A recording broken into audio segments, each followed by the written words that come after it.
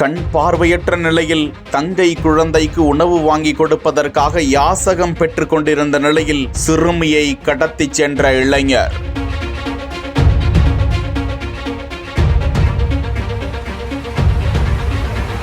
பசிக்குதா பாப்பா, உனக்கு உணவு வாங்கி தரேன் என ஏமாற்றி அழைத்து சென்ற பேரதிர்ச்சி.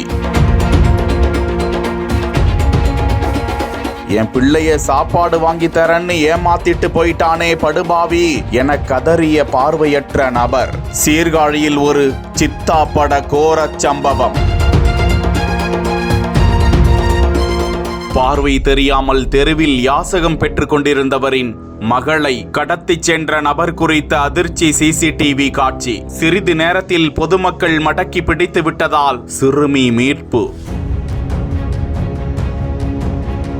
விழுப்புரம் மாவட்டம் பெரிய செவலை பள்ளிக்கூட தெருவை சேர்ந்தவர் 40 வயதான மாயவன். 2 கண் பார்வையும் இழந்து ஊராக சென்று பாட்டு பாடி யாசகம் பெற்று பிழைப்பு நடத்தி வருகிறார். அவரது தங்கை மகள்கள் 11 மற்றும் 12 வயதான சிறுமிகள். உடனே அழைத்து அவர்களுக்கு யாசகம் பெற்ற பணத்தில் உணவு வாங்கி கொடுத்து வளர்த்து வந்திருக்கிறார். இந்த நிலையில் மாயவன் சீர்காழி பகுதியில் யாசகம் பெற்றுக் கொண்டிருந்த போது, மணிக்கூண்டு பகுதியில் யாசகம் பெற்று சென்று கொண்டிருந்த போது அந்த வழியாக வந்த ஒரு நபர் கண் பார்வையில்லாத மாயவனை அழைத்து வந்து ஒரு கடையின் வாசலில் அமர வைத்துவிட்டு அவருடன் இருந்த 11 வயது சிறுமிக்கு உணவு வாங்கி தருவதாக கூறி அழைத்து சென்றிருக்கிறார். நீண்ட நேரமாகியும் அந்த சிறுமி திரும்பி வராததால் அச்சமடைந்த மாயவன் கதறி அழுதவாறு பொதுமக்களிடம் இது குறித்து தகவல் தெரிவித்திருக்கிறார். உடனடியாக சீர்காழி காவல்துறையினருக்கு தகவல் செல்கிறது. விரைந்து வந்த போலீசார் சிசிடிவி காட்சிகளை பார்த்து சுற்றுவட்டார போலீசாரை உஷார்படுத்தி